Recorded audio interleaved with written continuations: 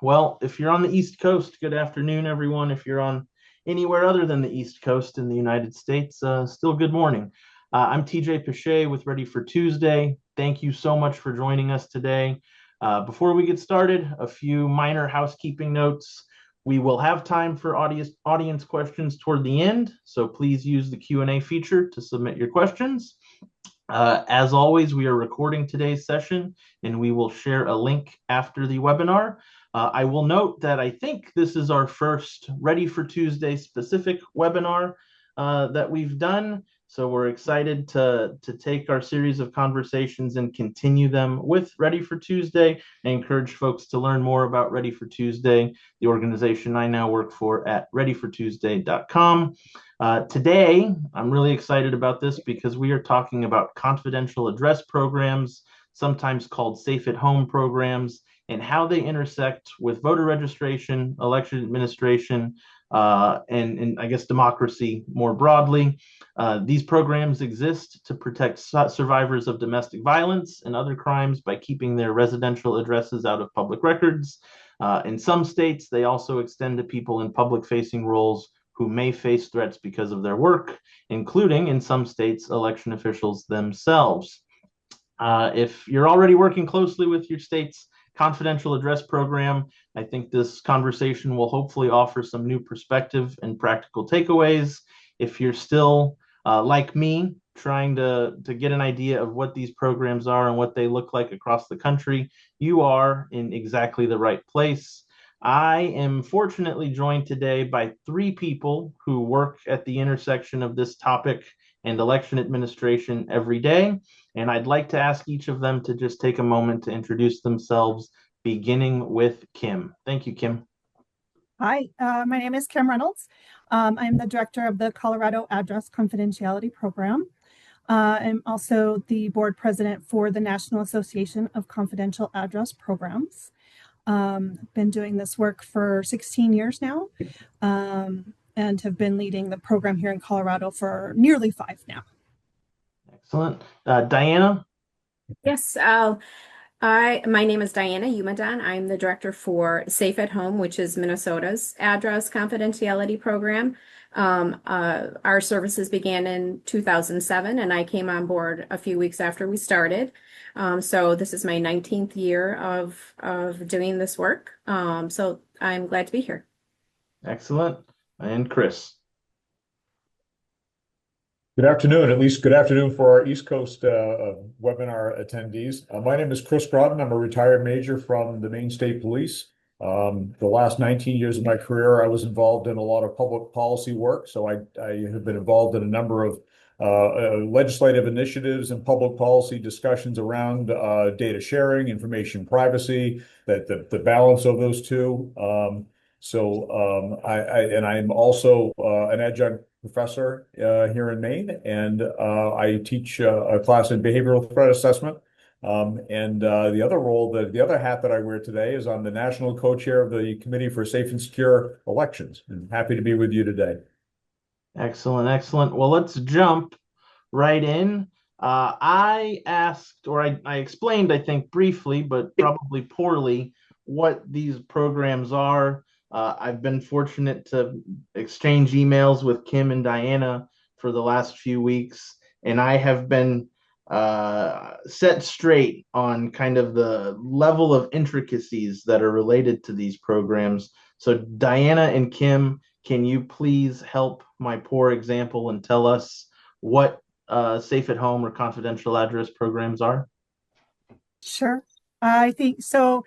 The two things that all programs across the country have in common are that we provide a legal substitute address for survivors of various crimes, usually intimate partner violence crimes, and mail forwarding.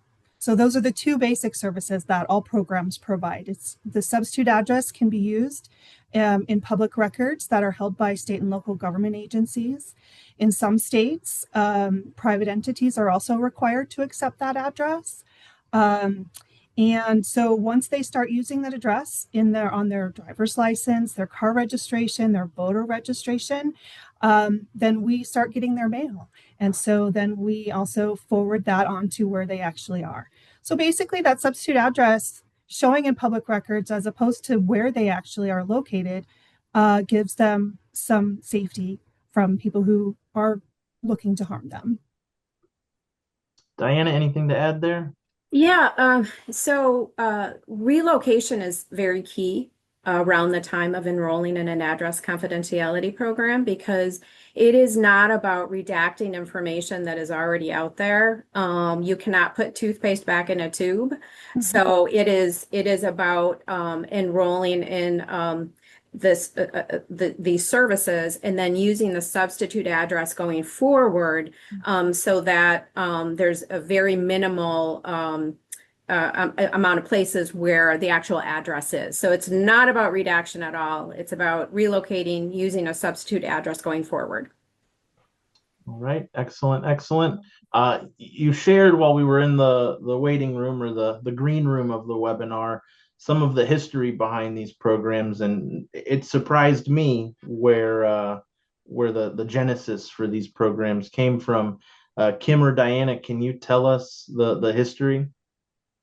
I yes. So and Kim, you can add on to whatever I say. The first address confidentiality program began in the state of Washington in the early 1990s.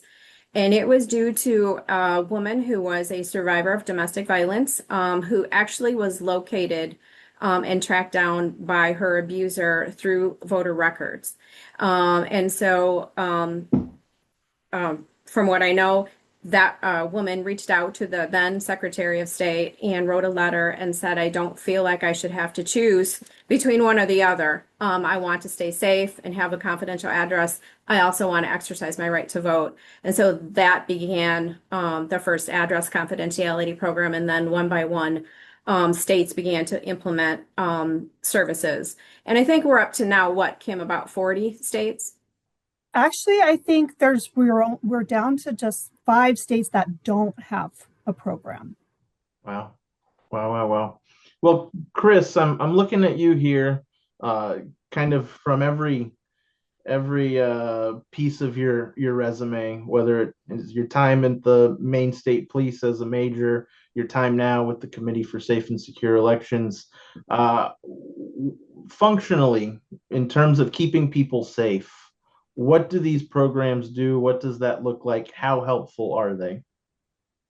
Well, TJ, I mean, we are seeing unprecedented levels of not just threats, but actual violence involving public officials. And I mean, some of this is not new, but certainly the threat to our election officials across the country is at an unprecedented level. So, we focus much of our effort at the committee to trying to develop strategies to mitigate those threats and find ways to prevent a problem. There's an old saying that the best fight's the one that doesn't happen, and the best act of violence is the one that doesn't occur because the person can't be located. So while these programs may have their genesis in protecting victims, which is of course critically important, I think we're seeing a need amongst our government officials, from judges and certain political figures that have been targets of threats of violence and incidents of violence. But we're seeing it with election officials as well. So it certainly is a very robust and viable strategy to try to keep people safe. And this really is I view this as not just a program, but it really is a threat mitigation strategy for victims, but also for public officials and potentially others. I do think there is some merit in constantly evaluating that balance and the need and the basis for entering people into that program to make sure we're accomplishing the goals of the program, and we're clear on at what point that need outweighs the public's desire for transparency. Excellent, excellent. Kim, I'm looking at you because you can't imagine my excitement when we decided to do this topic when I found out through one of your colleagues, I think in Arizona, that there's actually a National Association of Confidential Address Programs. Can you talk, and Diana, you as well, can you talk about what that collaboration looks like? And then maybe we can talk about how there are differences across states and how programs are set up, where they're housed, what their functions are. I will actually pass that off to Diana because she was really more involved in the beginning of NECAP than I was. I was more behind the scenes at the time, and Diana was actually our first president. So I'm gonna let her answer that question. Okay, well, I won't give too much to go down history lane too much, but when I started in 2007, there were probably about 11 states, I think, with address confidentiality programs.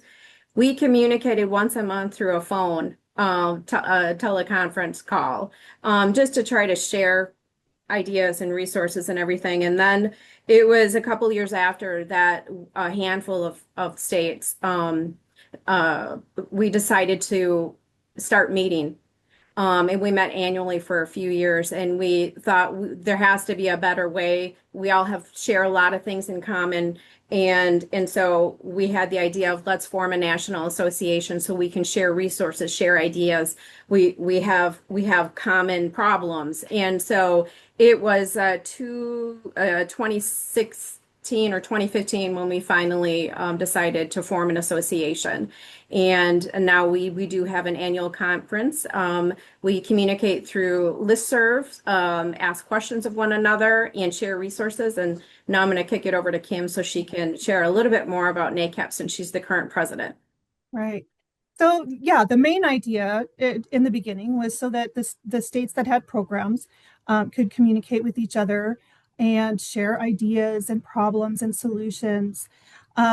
And it kind of grew into let's help other states that are looking to create programs build their programs too, or even provide some advice to the legislators that might be writing those laws, because we Arizona copied Colorado's law when they instituted their program. So all of that stuff is helpful, and we certainly are trying to get the rest of the states to get on board with this. So that's really kind of what our focus is right now, is making sure that there's a program pretty much anywhere in the country that someone could be enrolled in. We do want to have work on some reciprocity things so that even states that are run a little bit differently and have differences in their laws we can provide services for people when they move to other states, because they do that a lot too. So really we're looking to the future now to see how we can support other states in creating these programs, even territories. It would be nice to look at that as well. And looking at how we can make partnerships with other organizations as well, to get the word out, because I think awareness of these kind of programs is still lacking. So that's the other thing that we'd like to get going on too, is getting the awareness out there, because we still have people enrolling in our programs that say, I wish I would have known about this 2 years ago or 3 years ago, or however. So the awareness is key.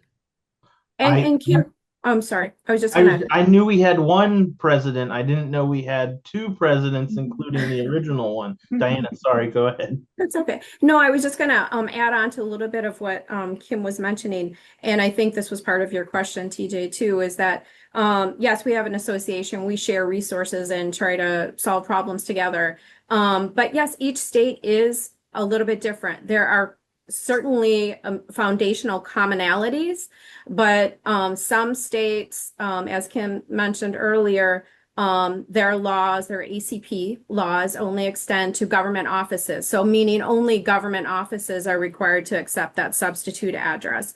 Some states, as in Minnesota is one of them, private and public entities. So every entity is required to accept the substitute address. Some states limit eligibility requirements to certain types of populations, domestic violence, stalking, sexual assault. Some are more broad in that, and Minnesota and Missouri, there are other states this way too, where anyone that has expressed a safety concern and gone through safety planning connected with a victim advocate is eligible to apply. So eligibility can be different. who is required to accept the substitute address, and also the way elections are administered and how people register to vote is different from state to state as well. That's excellent. I know I mentioned in our pre-call the idea of public records exemptions and how in my mind that was safe at home. I now know that that is not the case. Maybe those types of policies or programs are cousins of confidential address programs. But can you talk, and Chris, I think this is probably a place where we could get your insight as well. Can you talk about kind of the variation across program types, across the states, whether public officials, for example, are eligible? So in Colorado, and I think most states do have that stalking piece. So, and they don't always have to prove that that has actually occurred. They just need to be able to say, I am fearful that I will be stalked and that my safety is at risk because whatever reason. So public officials, I think, would be eligible under that piece. However, the important thing to remember is the relocation side of it is very important and in some states required. In Colorado, they either have had to have moved within the last 90 days or plan to move in the future. And that is because once that information is out there, you can't pull it back. And so we're not about, like as Diana said, we're not about redacting records that already exist. Substitute address is supposed to be used in public records, newly created public records.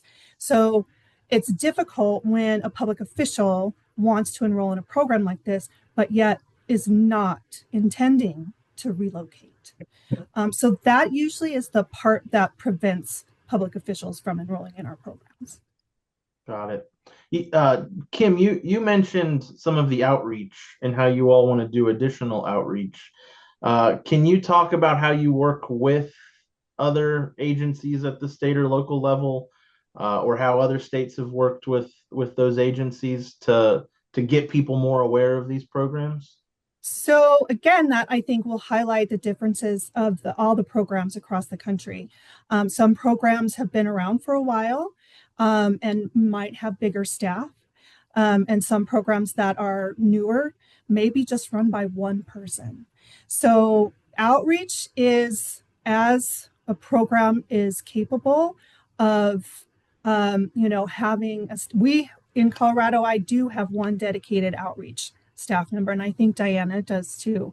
But those smaller programs, they don't have that. So it is like on an as needed basis for those managers, those program managers to work with other state agencies. A lot of that work does get done before the program actually starts accepting participants.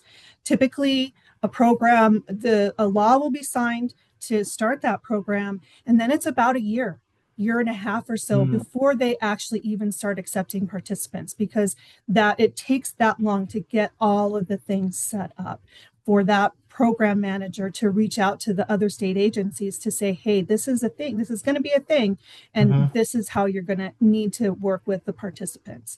So a lot of that work gets done before the program actually is up and running. And so again, it just depends on the size of the program and what the budget looks like, where they're getting their money from, and how many staff they have. Diana or Chris, especially looking at Chris, knowing that you've likely worked with victims or with public officials and other folks who fear for their safety, at that level, what does outreach look like?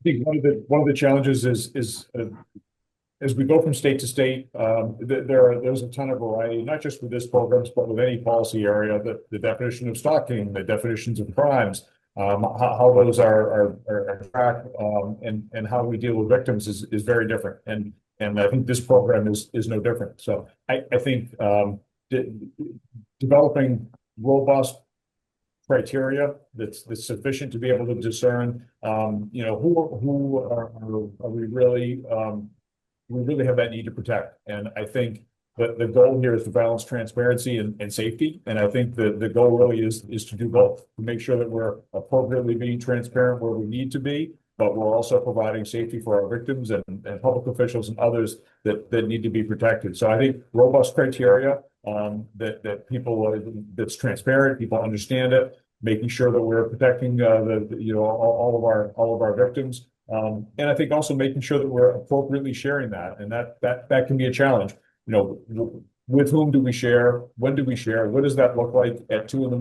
when there's a law enforcement investigation that requires that credentialed law enforcement officials be able to get the correct information, but yet we're also safeguarding that information. So those are all balances that each state struggles with, and as programs are designed and implemented, it's really crucial that they bear those things in mind and find that balance, but it's critical we never lose sight of that victim safety that originated this. Diana, anything to add there before our next question? We're just going to add that most states have some type of a component where for the application step, the enrollment step, the person with the safety concerns has to connect with or meet with a professional victim advocate to talk up through the safety concerns. And they also kind of suss out, would applying to an address confidentiality program be beneficial to you? And here's what that's about. And so there is that. It's not as simple as going online and filling out an application and submitting it to the office. There's a lot more to it. And then that victim advocate is also suggesting possibly other safety steps because if somebody has really large, really increased safety concerns, just enrolling in an address confidentiality program is not enough. There are other things that they need to consider, and that victim advocate helps them do that. All right. Chris, you started talking about kind of the public policy level and the tension between transparency and safety, right? And I think as we think about election administration as a field or as a function of government that really is dependent in many ways on transparency, right? We trust our elections because they're conducted transparently by professionals. I'm giving a plug for my poster in the back. So how do you manage that? And looking at Chris first, but Kim and Diana, how do you manage that tension in making sure that that these things are able to work kind of in both directions, not only for safety, but also for the good functioning of government? So I first want to just build real quickly on a point that Diana made, that these programs need to be part of an overall strategy. And from sort of my threat assessment perspective, it really is part of a much broader strategy to safeguard victims. So she made a very, very good point that this really is just one piece of that safety puzzle. I think in terms of finding that balancing between transparency and safety, our goal really needs to be both. But I think the way that these are implemented is very specific to each state. I think each state, whether it's not just political tenor, but the climate around transparency as a concept is very, very different. And we have states with sunshine laws where law enforcement information is available within hours of an incident happening, whether that causes anxiety or stress for people or not. That public right to know is such an important element of that particular state's political environment. So we have other states which are just the opposite. Their transparency is important, but individual rights are much more prevalent. So it really is very much a state to state balance.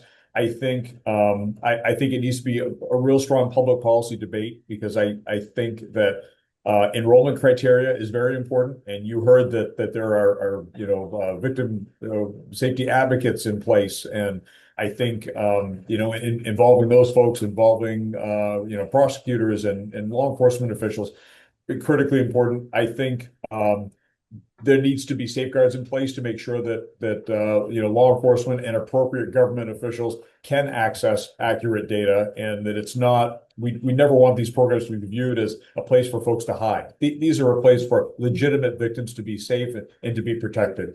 That's the goal, should always remain the goal. So I think it's finding that the appropriate criteria of a process that folks can believe is transparent. I think those are really, really important elements of a good program, and I think that preserves that public trust. I think government officials, I think in my personal opinion, it's probably a stretch to say that if you work for the government, we should enroll you in the program and not share your address. That's a bit much. Having a strong vetting process, and people who are truly experiencing these articulable risks, I think it's really important that those folks are able to access the safeguards afforded by these types of programs. And I guess I'll ask there, because I think you made a good point, Chris. These types of programs are the extreme example of getting your address, protecting your address, requiring you to move, relocate it, etc.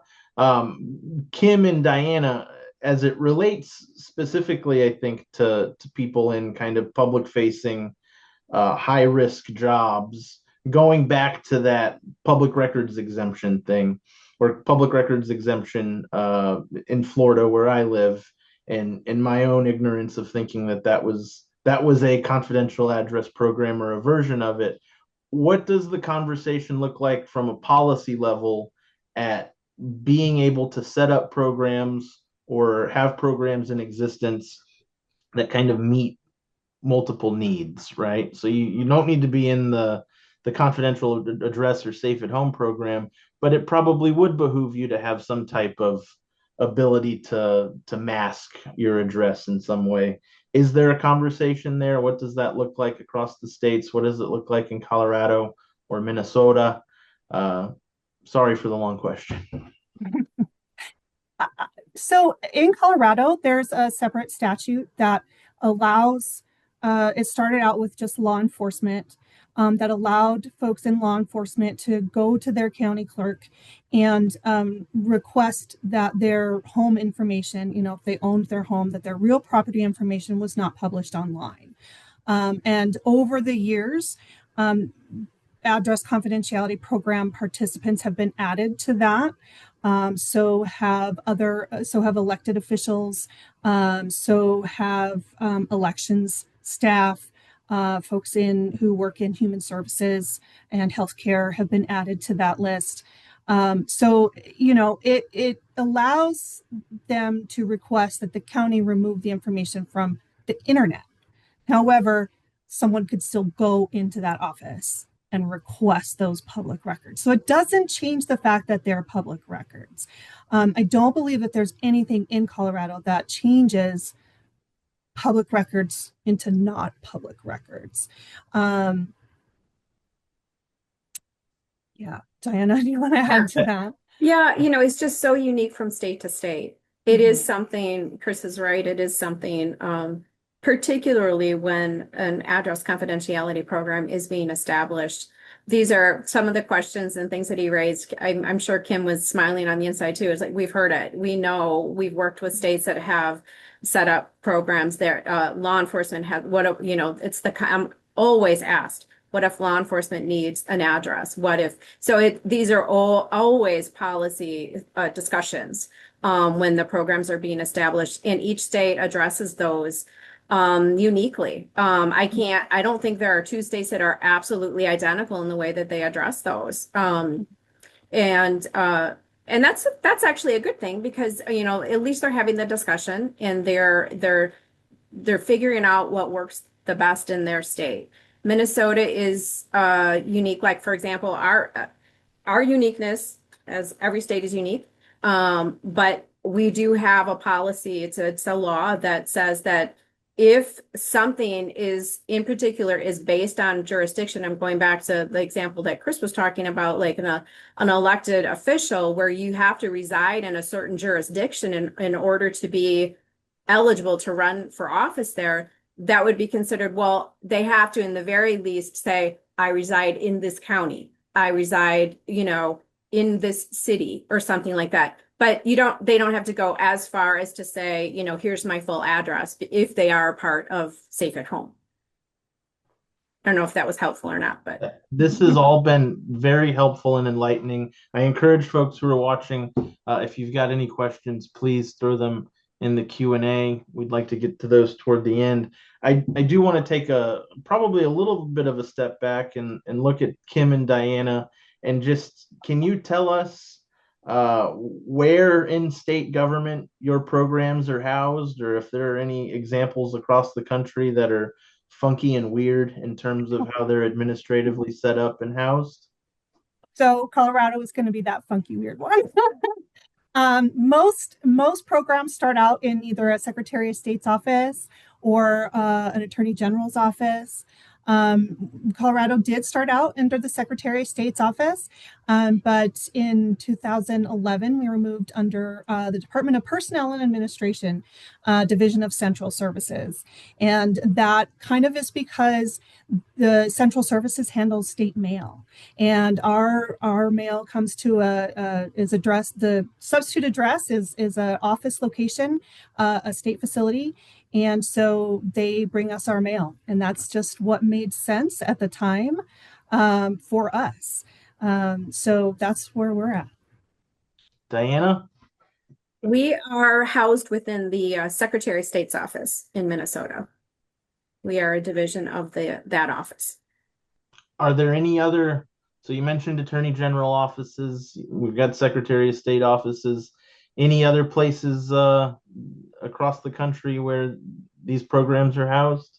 I can think of Hawaii is under their Department of Law. Oh. And I think that's kind of related to victim services. Others.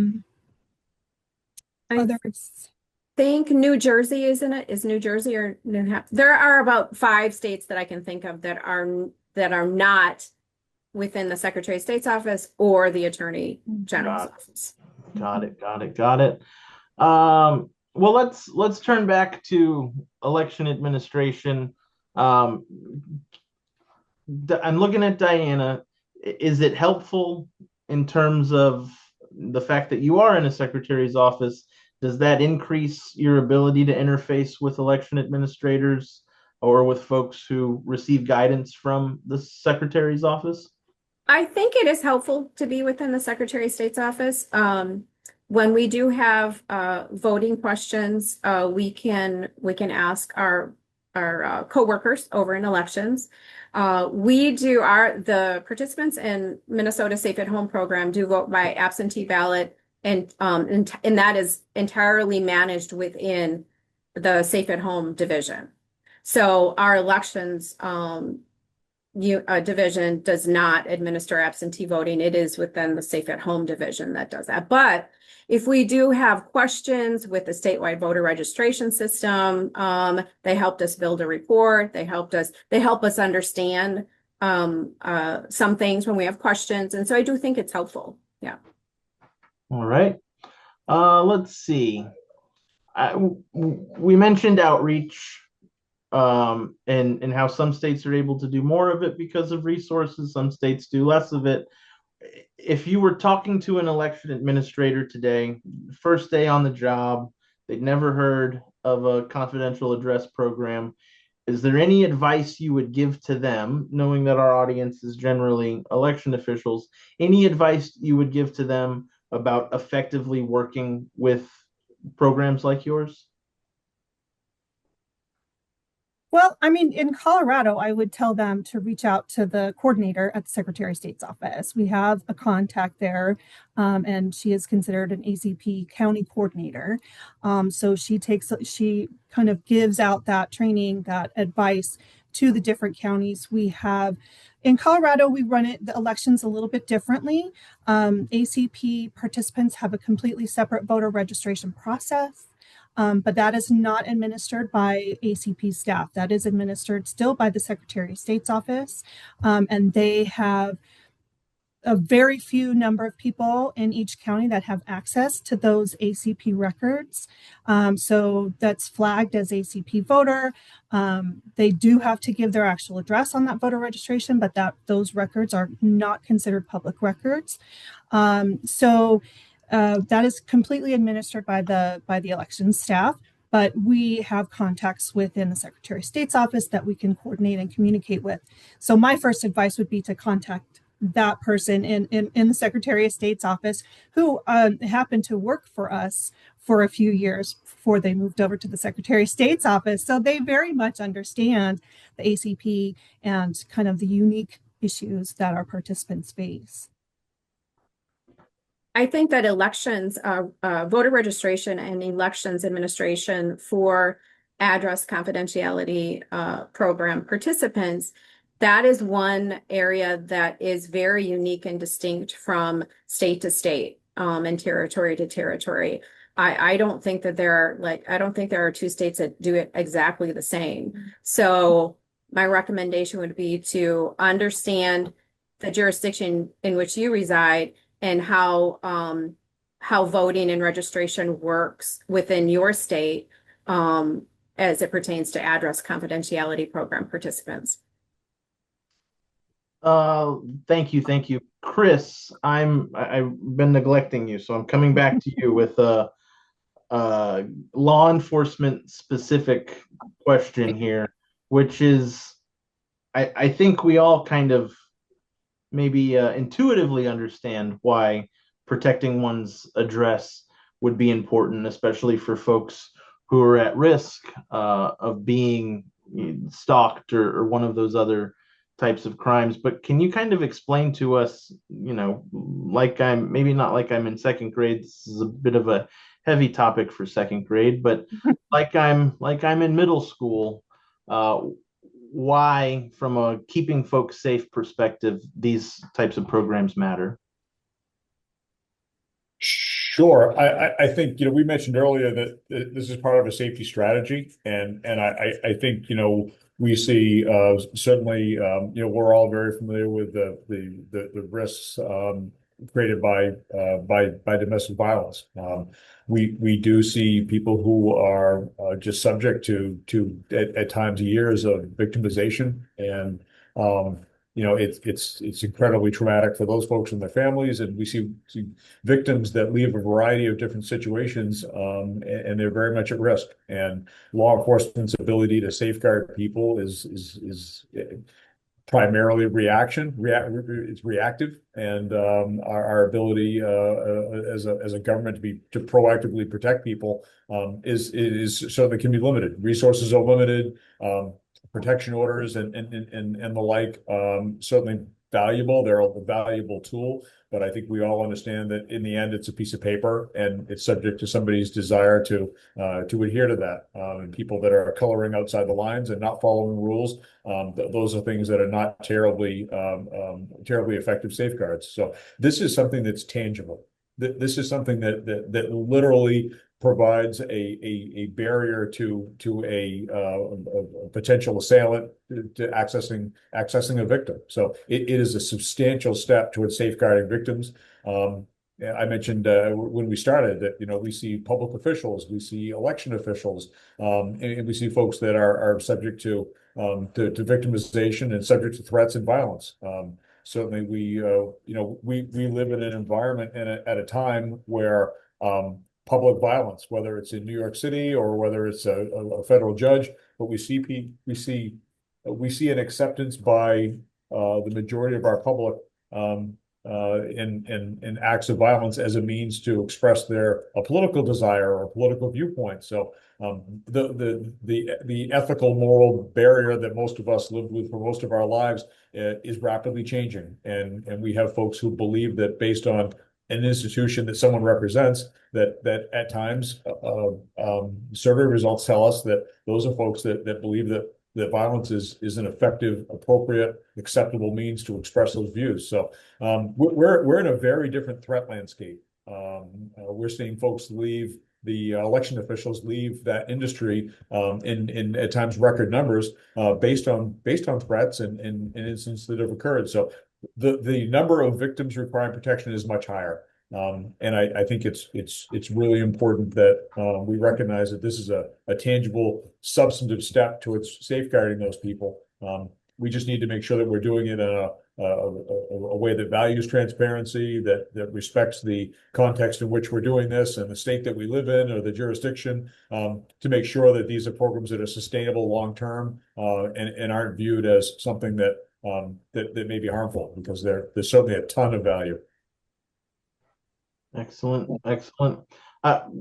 Kim and Diana, kind of going to the more, and I imagine you don't regularly interact with the members of your program. I probably view that as an important part of the program more broadly. But in terms of the feedback that you've received, again, just kind of looking at the human element of things, what have your programs done for folks in terms of allowing them to reclaim some part of their lives? What have you heard from folks? One that always sticks out in my head is a participant that reached out to thank us and said, I can open my front room curtains now. Like, I never even considered, if I was that scared, I could never open my curtains. And so, that one always sticks in my head. Or letting their kids play outside in the yard. Yeah. That's something that, we take for granted. The rest of us take for granted that these folks can't do until they feel safe. And so she was saying that our being in our program and being allowed to use that address made her feel safe enough to do those small things. Diana, anything? Yeah, I've heard the same types of comments from participants. We get notes sometimes, thank you notes. We have a big bulletin board. Thank you, we call it our thank you gratitude bulletin board. But very similar things like that. The curtain one, yes, I've heard that one. Kids playing out in the yard. What it does is it helps stabilize families that have been moving and moving and moving. And we've also heard stories about, I remember one dad, it was dad and a son enrolled, and he called me and said, for the first time ever, my son made the honor roll because we are not moving and moving and moving. So we hear stories like that over and over again. That's excellent. Thank you both for the work that you facilitate. We are going to move into the Q&A. I do encourage folks who are here with us to use that Q&A function. I'm going to paraphrase a question that we have in the Q&A. This person mentions that in their state, there's a fairly broad opt-in for a non-disclosure program. I don't know if that is the same as their Safe at Home program or confidential address program. But the question here, and Chris, I think you're well positioned to answer this, but love to hear from Diana and Kim as well. Do you think that there should be limits on eligibility requiring either proof on the part of the applicant or based on certain classes, professional classes? Or is the obscurity of these programs to the broader public an important part of the balancing test between safety and transparency that was discussed? So my thought is that certainly, and I've said this several times, that it really is that balance between transparency and safety.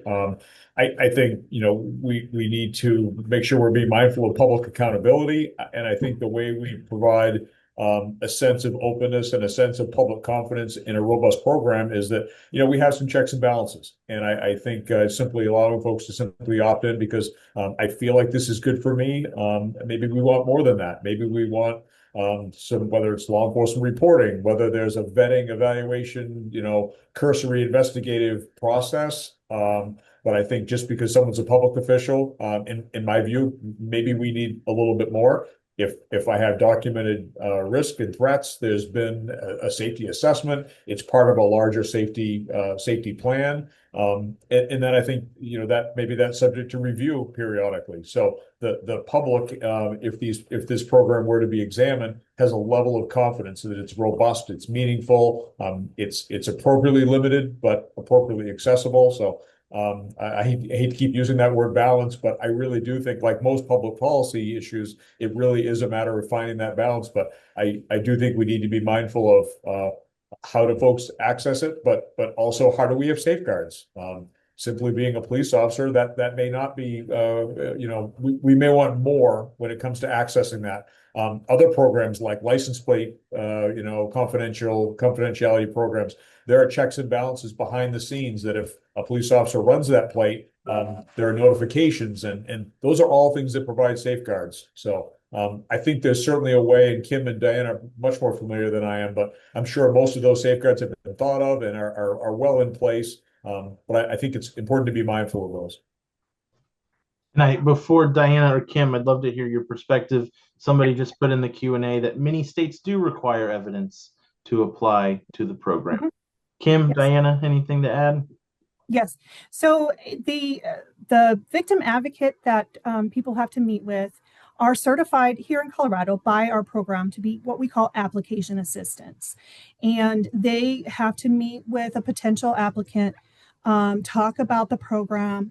They are the ones that decide eligibility. Program staff here in Colorado do not decide eligibility. The people who are the trained professional victim advocates meet with these folks, do an entire safety planning, cover the whole gamut of what safety planning is and means, and can introduce this program as one part of that. And they do have to provide some sort of evidence. So that could be, in Colorado, it's pretty wide range of things. It could be a protection order, it could be a police report, but it could also be a letter from their therapist or their clergy that they've gone to about this situation. And that person then supports them being enrolled in this program. I will say that, the balance, I think the checks and balances here, for us at least, if a participant does fall into, some sort of criminal investigation, or there's reason for law enforcement to need the actual address, there is a process here in Colorado where we can disclose it to law enforcement. But there's definitely, thresholds that have to be met and processes that have to be followed in order for us to do that. And most states have something like that. I think we might apply it a little bit differently than other states, but there are checks and balances there. Diana, anything to add? Yeah, eligibility is, it's different from state to state, and that is something that each state has to grapple with policy-wise and determine what is the best thing for their state. But there are, those are always guided by laws. And then, yes, Kim is right. The potential applicant does meet with a victim advocate to talk about specifically the safety. And, okay, is this appropriate? Is there a legitimate safety concern here? We have found that, the few individuals that, no one would want to be in an address confidentiality program unless they really wanted to. And the people that maybe just did it more for privacy, they don't last too long. Being in an address confidentiality program is a pain. It is absolutely a pain. So the state of Minnesota is large, and the address that we assign is a St. Paul address.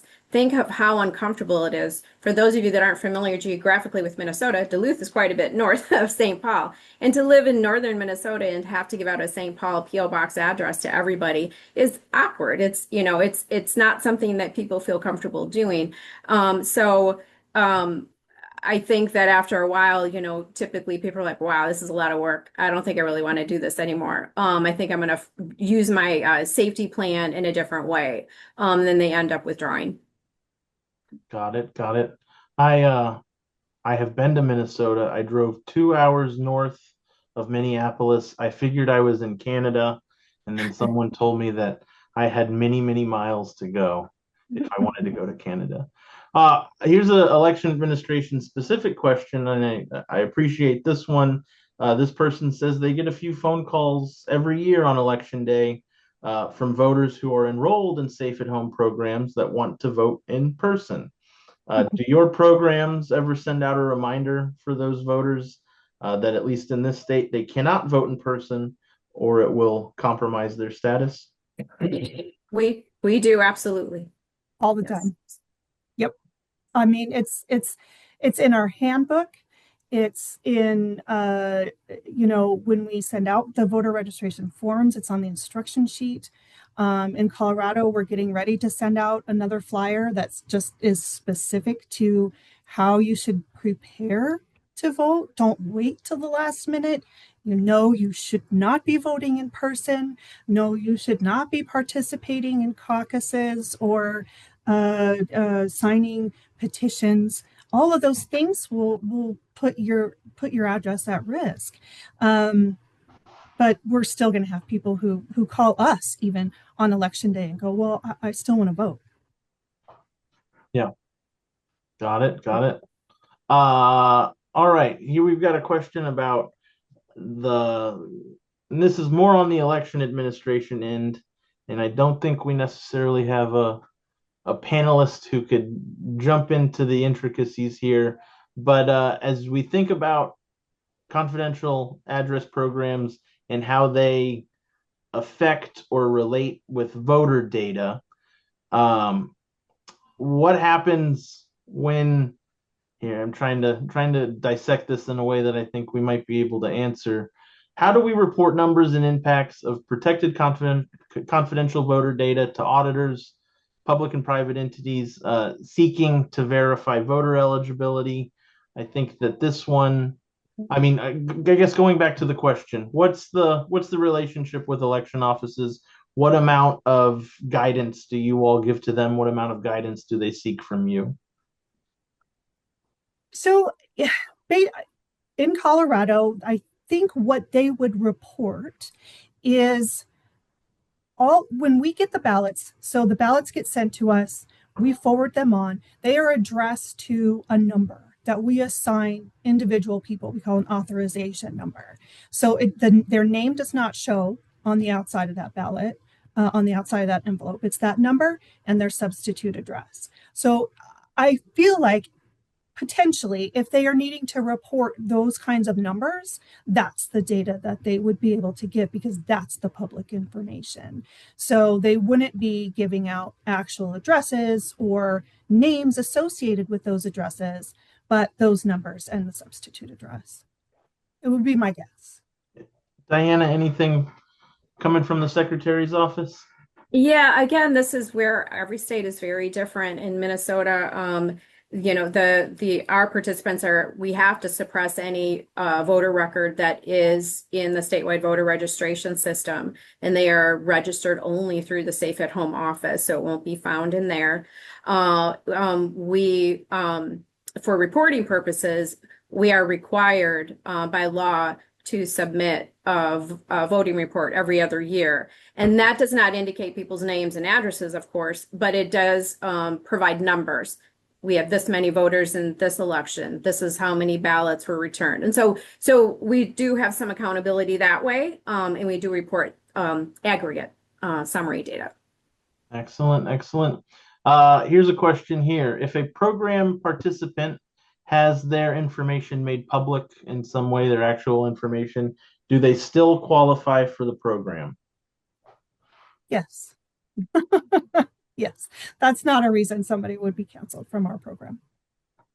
Got it. No relocation required. Maybe helpful at that point, but all right. We would, when they contact us, because it does happen, we refer them back to a victim advocate because we can't help them with relocation costs or help them find a different place. So that's really more victim services would be able to refer them to resources that might be able to help with relocation costs and things like that. Excellent. I see a remark in the Q&A. I'll read this and I think we'll close up after that. But they said in their state, voters with confidential addresses do participate. The issue is training poll workers to appropriately handle situations because those poll workers often want to question the voter. Some tension between one person doing their job, another person just trying to participate. So that's very good. Here we actually have a question about your programs, Diana and Kim, more broadly. This person says she works for a township in Michigan If she wanted more information about these types of programs, would she reach out to the SOS, to the county? Is Michigan one of the 5 that doesn't have a? No, Okay. Michigan has a program. Yes. It's newer within the last 5 or 6 years, Yes. I think. And I can't recall what office they are under off the top of my head. Yeah. Well, She might be on. Some of our colleagues are on listening. So yeah, the program manager there is Karen. Let's see. I do have a list on our website. Let me see if I can pull that up really quick if you go to the national to NACAP, NACAP, National Association of Confidential Address Programs, there is a list of members there, and it does state the office that administers that ACP. And there's contact information listed there as well. Yes. All right, and I will go ahead and put you all's link to your website for everybody to see in the chat. So there it is. All right. Well, I think we've got a couple more questions. I am going to take moderator's privilege and begin to close this conversation down.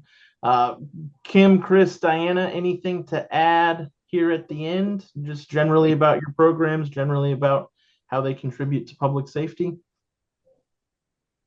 I guess really I just want to thank you for having us in this discussion and including us. I really appreciate having a partnership with Ready for Tuesday, with all the other election officials that are watching. Definitely reach out if you have any questions or concerns. Absolutely willing to chat with you. Yeah, we really appreciate the opportunity. Part of the strategic plan, our strategic for NACAP, is to raise the visibility of these services. And so we appreciate the opportunity and reaching out. Amazing. All right, Chris. Thank you very much for having me. It's a great discussion. It's a wonderful topic. It's critically important, and it's exciting that when we're talking about victim safety and some of these policy issues and balances, it's always informative. So I hope this has been helpful for folks that are able to attend, and I appreciate the ability to be here. Excellent, excellent. Well, I thank you all ×2 for spending a little bit of your morning or afternoon teaching us about the importance of these programs, about the nuts and bolts of these programs. I really enjoyed the conversation. For anybody who is on, thank you so much for spending some time with us, and similarly learning about the programs, hearing the perspective. As always, our inbox is open. If you have any questions or ideas for future conversations, I encourage you to share them at support, or share them to support@readyfortuesday.com. We look forward to hosting more conversations, and thank you all so much. Have a great one. Bye.